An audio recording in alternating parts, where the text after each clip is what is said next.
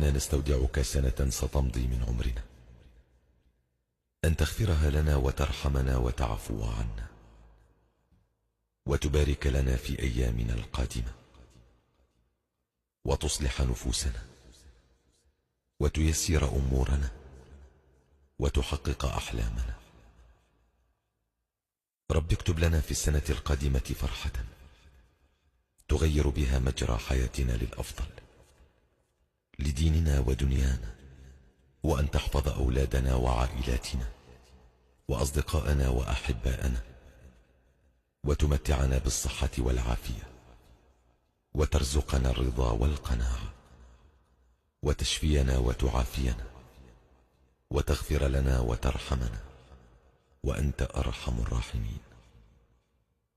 ربنا وتقبل منا إنك أنت السميع العليم.